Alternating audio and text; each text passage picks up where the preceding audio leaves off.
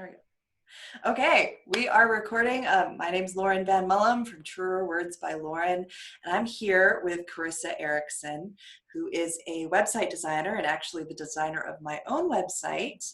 And she specializes in coaches, creatives, and solopreneurs. So she's really there for us one-woman shows and maybe one gentleman shows as well. So far, not yet, but I'm open to it. No, that's not true. I have done one man show site so far.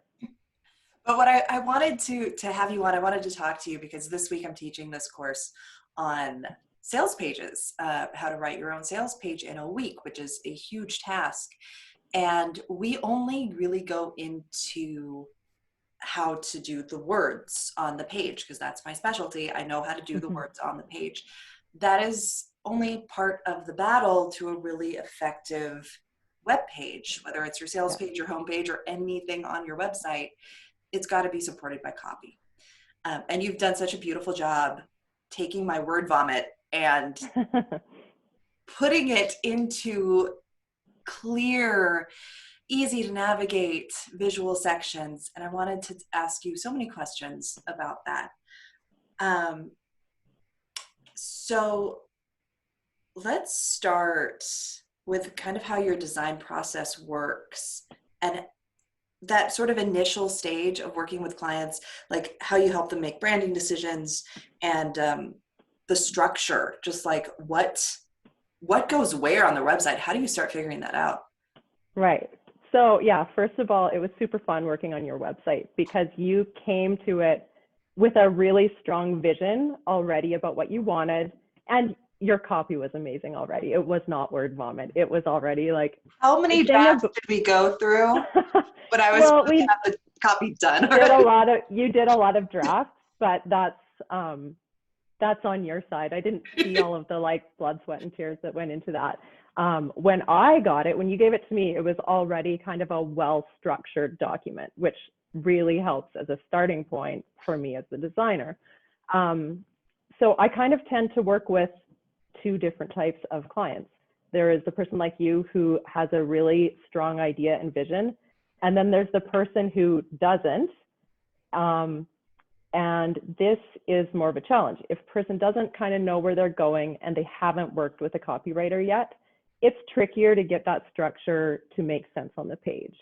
So yeah, as a starting point for people who are new and are just starting to think about their website, if they have not yet, if you're not sort of up-leveling with your website, if you've already got something and you're just going for the next iteration, it's kind of easy to structure it. If you're brand new and you don't have any words on the page yet, you almost need to work with a copywriter first, in my opinion. Like, I don't know what you think of this. Questions. Yeah, but some people are beautiful writers. A lot of the clients that I've worked with have come to me with pages and pages of amazing thoughts and words. It could be a novel, but it cannot go on your website page because it's too long or it's too personal or it just doesn't drive your client to action. Like, there is a bit of a difference between copywriting and just writing out a really beautifully written piece. So one of the questions I always want to ask the web designers that my words will eventually go to, and I never actually have the chance to ask this, it's very rare that I do. How can, me as a copywriter or a DIYing business owner, how can we help structure our copy, our words in the, Google Doc, whatever we're using? Yeah. How can we help structure that so it's easier for you to put it visually? Okay, perfect. So when you give me your Google Doc and I look at it, most website builders work in kind of sections, like block by block by block. Almost all the modern ones do anyway. And so I'm kind of looking at your Google Doc and like mentally dividing it into like the first frame of the site, the second frame, the third frame, all the way down. So your first frame is like, as you know, super important. It's going to be your header image. It's going to be your really strong, like, who I am and who I help, and maybe a call to action, or maybe I just encourage you to keep reading, right? And then I'm looking for what's the next block, and probably because of your copywriting style, I've used your templates myself. So I know how this works kind of in your mind already. So this is like cheating, but then you kind of have that next section where it's like having your client recognize themselves in your words, or it could even be a bit of an image or something, but you have a section where the next thing happens. And then you probably have the like, hey, I'm Lauren section. And then you probably have a here's how you can work with me section. So I kind of see it like that, going down block by block by block. Let's actually, I was going to do this later, but let's share. I'm going to share my screen so we can gaze lovingly Okay, yeah, at perfect. my website that we both labored over. And the fact that we still really like each other after doing this website project is a testament. Yeah, it was super fun doing your website, honestly. I loved every second of it. And the thing that I wish that I had done, the thing I would do next time differently for myself, is I'd actually put a substantial amount of time in my schedule to just create some creative space. Because I was trying to do client work and all of this stuff at the same time. And even if you are hiring somebody else to do your website, you're still, as the business owner, you're still very hands-on, and you've got to create that time. Yeah, absolutely. And the thing about my process is it's like a 2-week process. So it's very intense on my end, but also on your end, because you need to respond to choices and like a lot of mental energy about like, I'm going to make you make choices. You can't have 5 fonts. You can only have 2, maybe 3.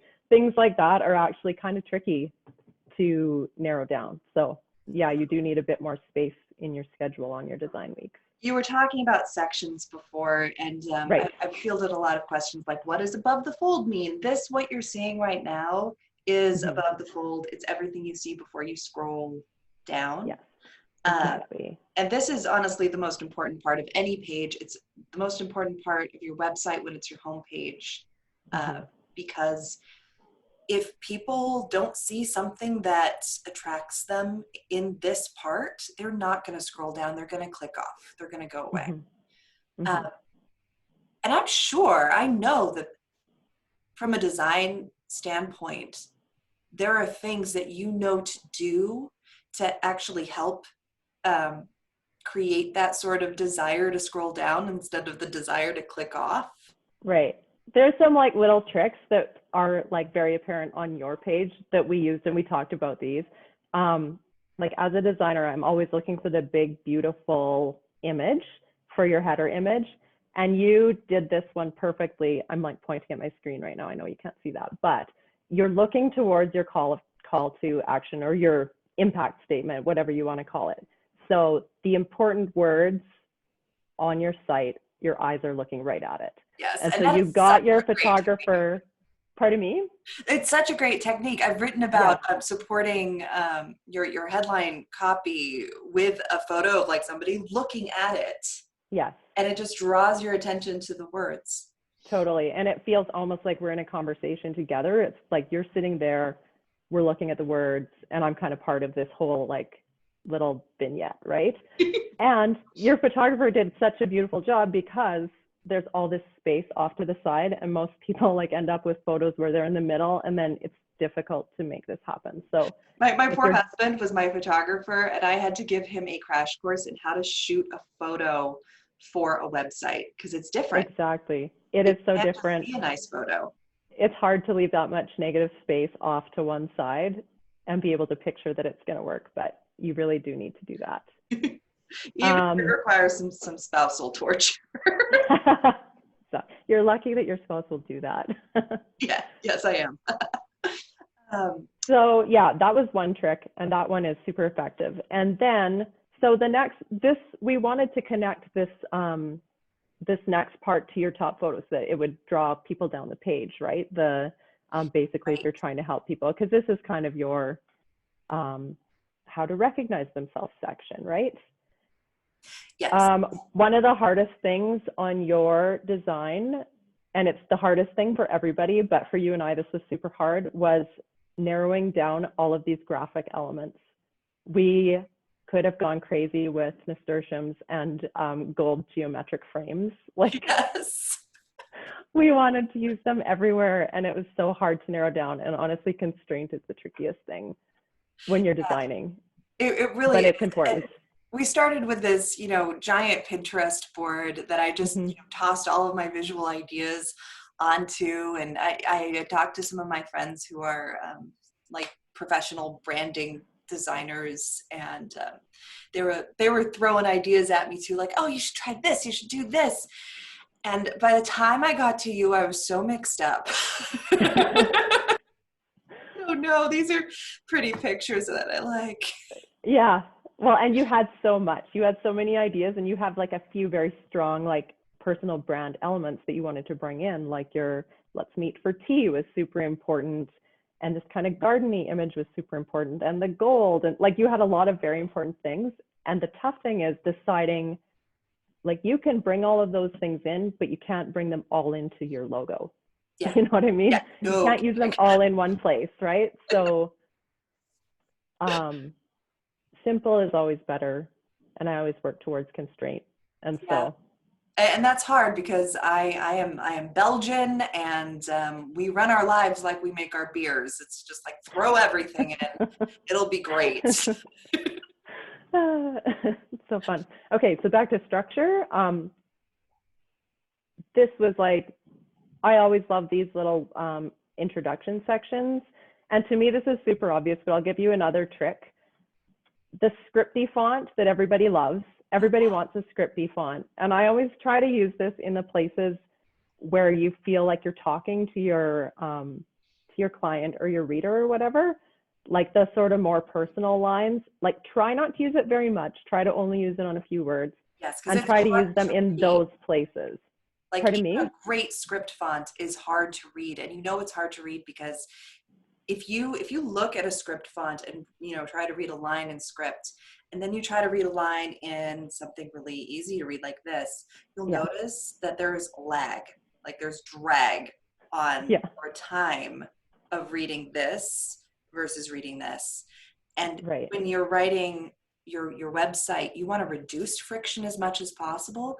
So overusing the script can add friction, slow people down, and they'll just get tired and they'll leave. Absolutely. Absolutely. So that's the argument for keeping a limit on on how you use the script.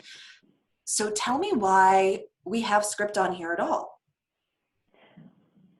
Well, for one thing, exactly what you said. There is like an argument for slowing people down in certain places too, right? Like as you're going through the page, we want people to stop here and be like, oh, it's Lauren. Like, hey, Lauren. So that's fine to use it to kind of make people pause for a second and focus on this spot. So you do want to use it there. And because it is a little bit more personal and less business-like, you use it to draw people in. So it is useful. Oh, I love that so much. I'm so excited about that. That's a technique that I had never considered. So what I love about this page, and it's something that I like about, a lot of pages use this. It's just very effective. These color blocks. Oh yeah. This is like one of the main things that I kind of see when I look at your copy, that if you're giving me a copy template, I'm like dividing it into blocks, and it's, I mean, I'm pretty structured about how I use them on your site for sure. Like your call to action blocks. Well, we just zoomed way out. Yeah, there, I just zoomed way out so people could see that this is like striped like a zebra. Like these color blocks are. They tell you you're in the next place now. And so your call to action sections, almost all of them have that tea themed background. Yes, I love this. And they often have a picture that is also kind of inviting people to do the next thing. So they really stand out, and you kind of know where you are when you get to that section. And as you go through the page, I think like consciously or subconsciously, you're going to recognize it as like, oh, okay, here's another opportunity to get in touch with Lauren. Yeah. This is my favorite. The big image with the call to action freebie buttons. Yeah, and I love how you made these buttons. I mean, it's just the perfect color, and it matches my butt. So, which we talked about when we chose this photo, but I just think it's an awesome photo. If you got it, flaunt it, right? That's what I said. Yes, exactly. No, I love this. I love how this is just so welcoming. And that is such a subtle art of what you do, is creating websites that have that emotional component. Right. Love to talk a little bit about that. Like, what goes into the design when you are trying to make an emotional connection? Right. Yeah, that's tricky. So a lot of that I'm relying on your photos. Um, some of it is in like what we kind of touched on before in like calling out those headings. Like, can you go to your freebie sales page? Because I think we'll see it more clearly there. Yes. Let's see, the free mind meld or the... Yeah, the free mind meld one, because I really like this page. Okay, so your script font, welcome to my crazy freebie. It's kind of quirky and personal again, so we use the script. But if you look down a little bit and where it's like saying free, seriously, like we've used that heading, or just up at the top. Oh, there it is. Yeah, we've used that heading to be like, it's like that stronger heading font, because we're like, stop, you need to pay attention to this, right?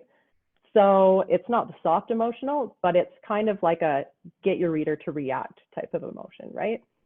And then as you scroll down, and your picture, so your pictures, it could be a stock photo, but it's actually your own photo. It's your puppy, it's you writing on your computer at your desk. I love that. I really cleaned up my desk for this shot. Did you? Yes. Oh, it's so funny. It looks beautiful. It looks like an amazing workspace. It is. It's got a lot more stuff on it usually, but I kind of took some inspiration from those stock photos, Mm-hmm. and took out the things that are silly in stock photos, like, why do you have scissors and a mirror stapler, and a stapler? Like a pink stapler, a rose gold stapler. yes, the rose gold stapler. Totally. I know. And then probably some like glitter and like bedazzled stuff just sprinkled on the edge. Anyways, so back to like incorporating emotion in the page. A lot of it is with like different types of fonts. So can we talk about one other thing too? I'm not sure that this connects to emotion, but you had an emotional reaction to it. So I want to remind you. Oh yeah. When we were choosing color palette and you were like, don't even get me started on beige. And this is like something that comes up like every single time when people are choosing colors, that you choose colors you like and they're like bright, strong colors.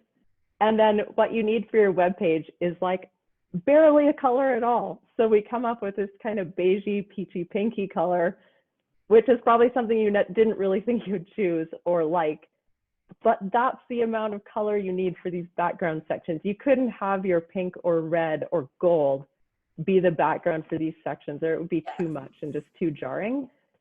But if you choose like this soft, muted, grayed down color, it can serve as like the break between one section and the next.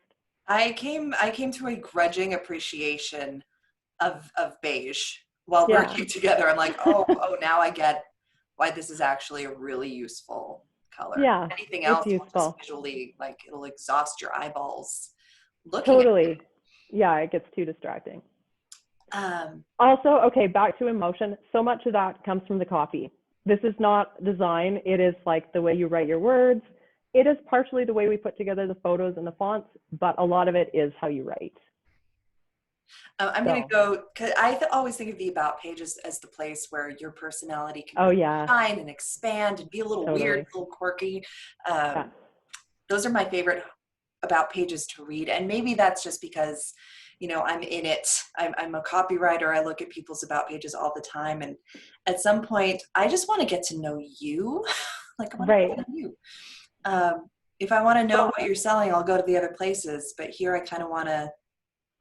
Totally. And I feel like you kind of like broke the rules a little bit on what like sometimes you learn about copywriting the about page, because you actually got super like personal and you told about you, which I love. And I love that you have a bunch of photos of you.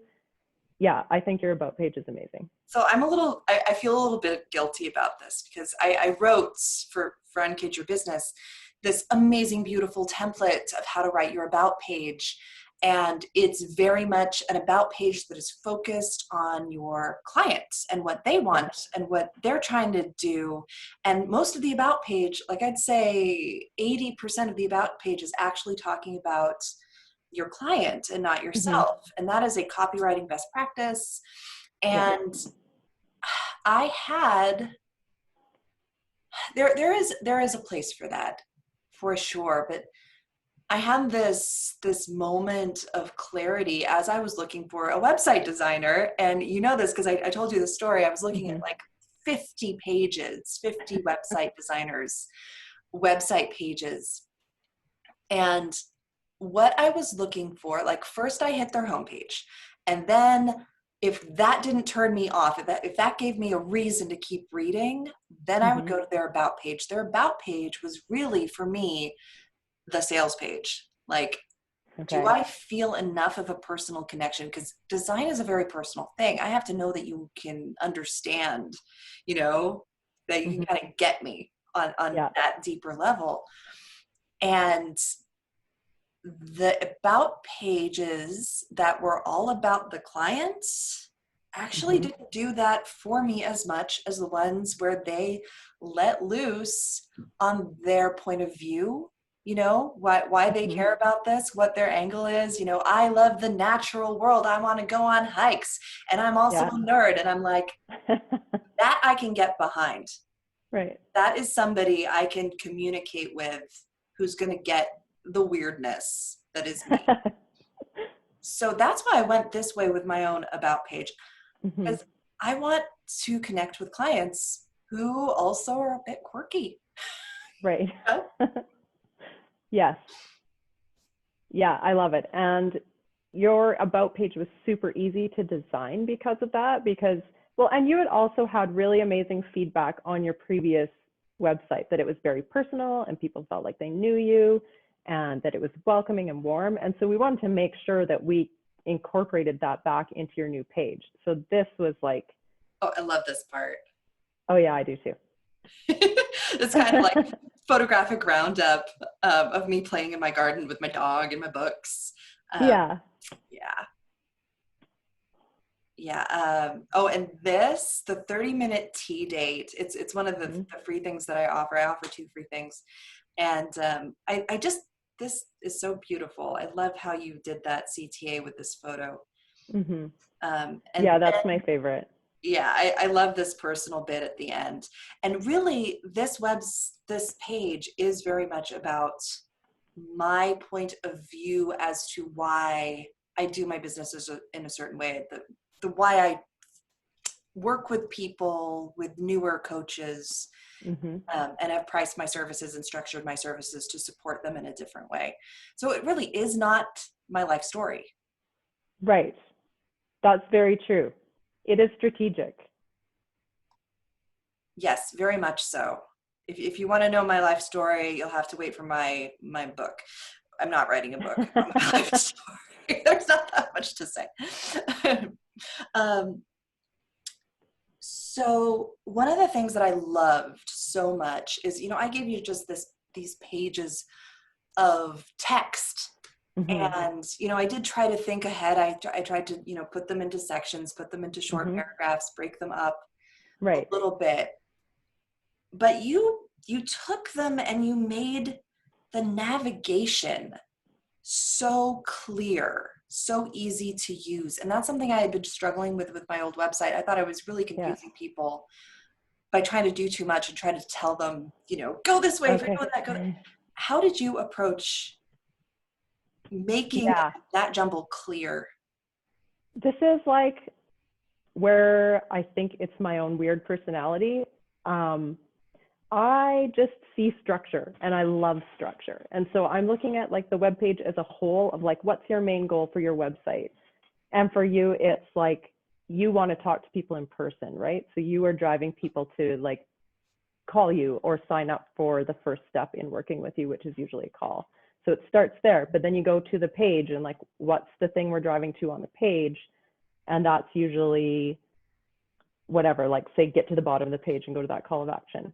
But then within each section, there's also another thing that stands out to me. So yeah, within the section, I'm looking for like, what's that line? What's the important line? This part was super interesting, actually, this page when we did it. We had like this really unique idea that we were going to try with like a 3-column approach. And we did it, and like, it was just too cluttered and too much. And it wasn't easy to navigate at all. So that was one, it was like, okay, it was a great idea, but it failed. So then we had to get it into a structure that was super clear. I think we took words away. I know we did, because you were trying to tighten them up to make them fit into blocks, Yes. which kind of mattered for this layout. And we wanted to structure it into kind of like still sort of 3 columns within these 3 big sections, and have people sort of choose their own adventure on this page. Like, where do you fit in, find yourself, and then go here. Yeah, and I love how you use script for that. It really is like, choose your own path. And, you know, does this sound like you? I just started my coaching business. And then there's, this is what I like in copywriting, I would call this this is for you if section. Right. Yeah. And using that to help people find the service that's the best fit for them is my favorite technique for this page. Yeah. And I think this page is super clear. And I mean, it's really easy for me to find myself on this page. I hope it is for your other clients as well. And when you get to the bottom of the page, you're like, yep, I know where I'm going. Oh, and the funniest part, my favorite part of this page, everybody by now should probably know where they're going. They'll click to this, you know, they'll click to the sales page that is just devoted to that service. Yeah. But if they're still confused, we have this option that is so beautiful. Like, I just want to click it just because it's pretty. I know. It's the most inviting, like, photo and call to action ever. And it's actually the truth. It's like, if you can't quite put yourself into that, like, choose your own adventure section, then call me and I'll help you figure it out. And so who's not going to call you if they hit this part? Yeah, that's what I think. Honestly. I have been getting a lot of calls, a lot of people booking the free 30-minute tea date. And I've been playing a lot with CTA wording. Call to action is CTA. It's basically what this is, like, please do something, this particular thing. And I've been playing with softer and more interesting ways of saying, like, call me for a free consultation call. I know. Because that doesn't sound like any fun. Like, I know.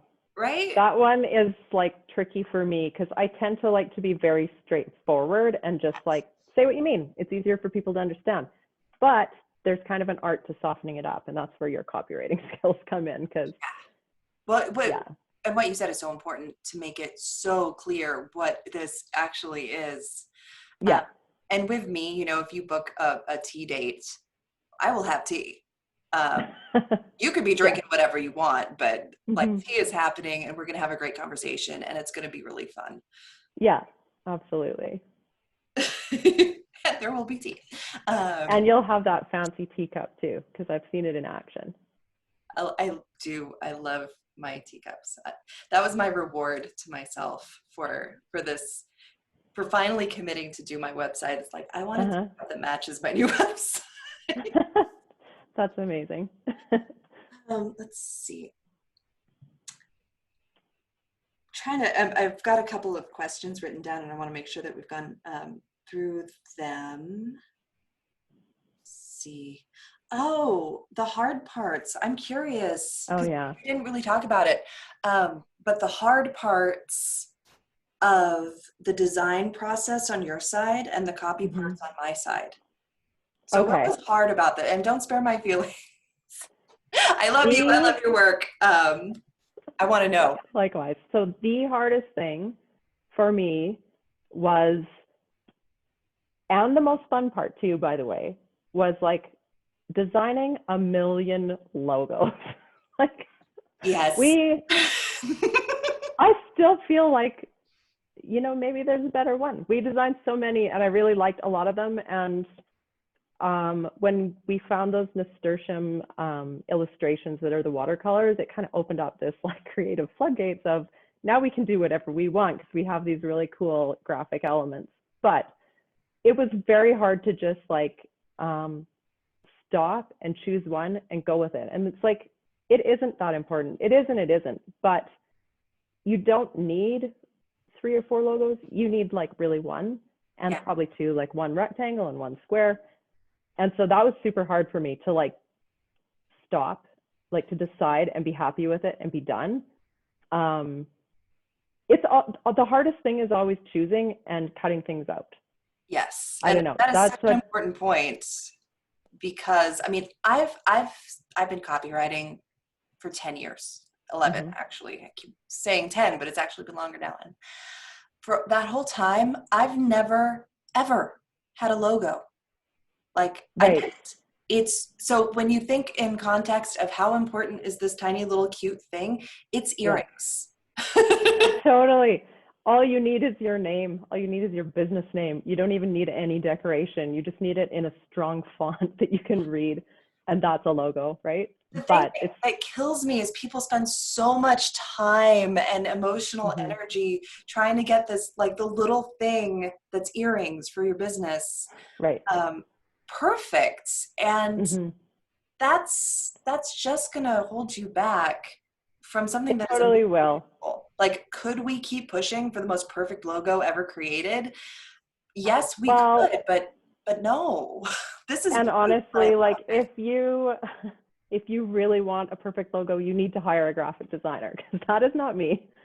I like doing stuff and it's fun for me, but I am not a graphic designer. So that's my disclaimer. I will give you a logo, but it's going to be very simple and very text-based. This is way more graphic than I've ever done before in a logo for anyone.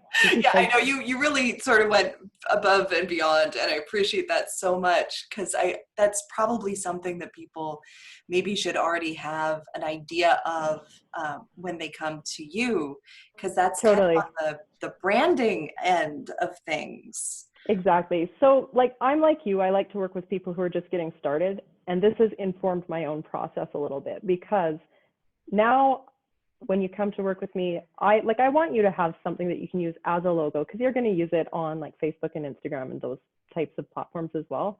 But now you get to choose from like 3 styles when we start. So it's not really custom. And if you want something more custom, like go to Creative Market and get a template, or hire a graphic designer. There's so many people that like do this, and it's their and only this. Yeah, it's not my specialty. So I'll give you something simple that works, and you can choose, but it's not going to be custom. So you got my last custom logo. Yay! Oh my goodness. Yeah. So I want to wrap this up with some tips you have for people who are working on their copy, who are trying to figure out, what sort of website structure is going to work for them. Do you have any tips and advice on what they can do to be really well prepared if they do get help from a website designer and trust it into your capable hands? Right. What's the best way for them to prepare to do that? Right. Okay, so there are some things you need to do in advance. This is an awesome question. You need to know which pages you want, and you need to know that you can't have very many pages. On a modern website, you don't want to have 100 pages. So you need to know that you're going to have like home, about, services, and then a sales page for your services. You probably are going to have a blog. So that's where you're starting, and don't try to convince yourself that you need extra pages for other reasons. And then within those pages, work with a copywriter on at least 2 of them. So your about page and your sales pages for your services, you really need to go to a copywriter, somebody like you who offers a service for people getting started, because it's tough to see it on your own. Like, it is really tough. However, if you're not going to do that, okay, my best advice for if you're truly committed to doing a DIY thing, try to keep like what you want on your website page within like 1 page of a Google Doc. So don't write more words than that, and just don't let yourself. Start from there, and then you can start pulling it apart into those structures. And really, you'll see as you start going, you're going to get rid of most of your words. Just try to not use very many words. Like, you can write 1 page and then cut out like 3/4 of it and try to make it into just like impact statements. Like, say it out loud. If you can't say it out loud easily, then just get rid of it.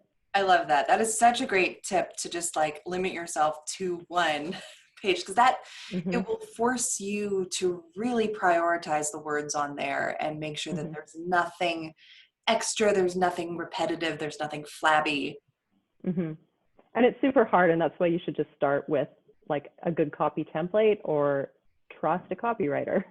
Just like if you're going to trust a designer, it's like super important to trust the copywriter as well. Yeah.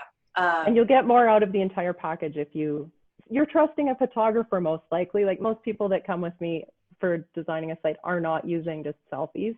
They've hired or gotten their partner to do their photos for them, right?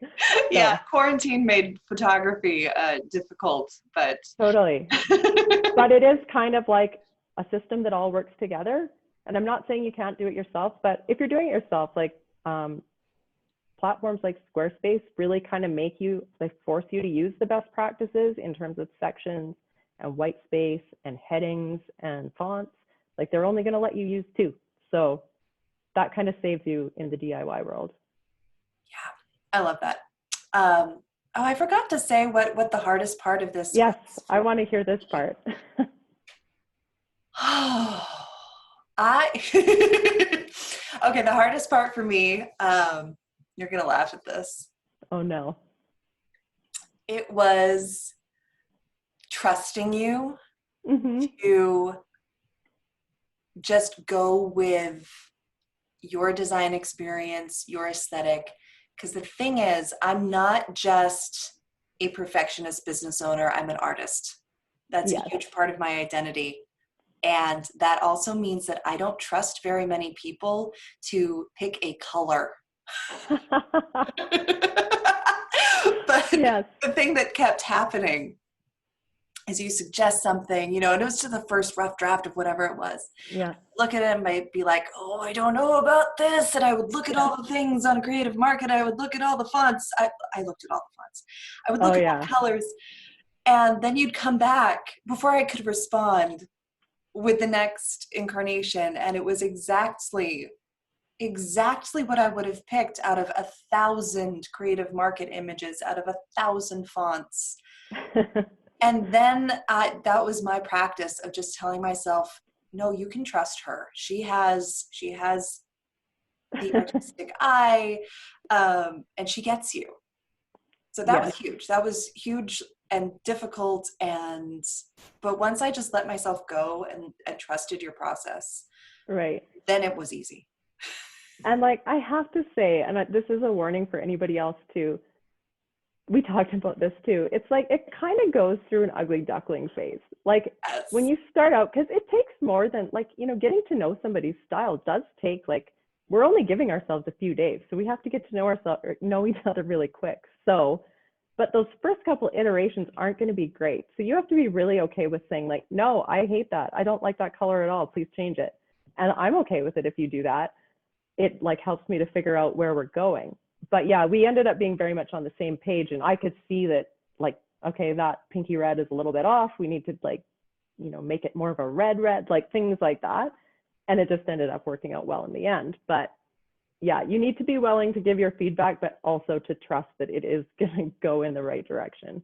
Yeah, there's a lot of trust involved. And you're right. It just like any creative process, just like every single one of my paintings, that ugly duckling stage is terrifying. It is. I For mean, both of us. It's like, your oh, what's entire life happening here? choices at that I stage. know. And that's part of the process. It is. Yes. And every single time it has always worked out, but there's always this moment where I think you're like, oh, this is not right. Yeah, every time, and with every single thing I've ever done creatively, that has been the case. And it always turns out beautifully in the end, but you just got to keep working on it. Yeah, for sure. Thank you so much, Carissa. This has been so much fun. Tell people how and where they can find you. Okay. The best place to find me is on my own website. It's carissaerickson.com, and it's CARISSAERICKSON. I kind of have a hard name. I should pick something Not compared to mine. Well, I guess. Okay, I'm going to put your website and my website in the show notes. And yeah, if anybody has any questions about website design and copy and how to Yes. use them together, comment. And That would be awesome. yeah, We'll keep an eye on them. We'll answer we'll respond. questions. All right, thanks so much. And I'm going to figure Thank out how to you. pause It's been stop super recording. fun. So I'm a total nerd and I'm like, how do I do this? Yeah, okay.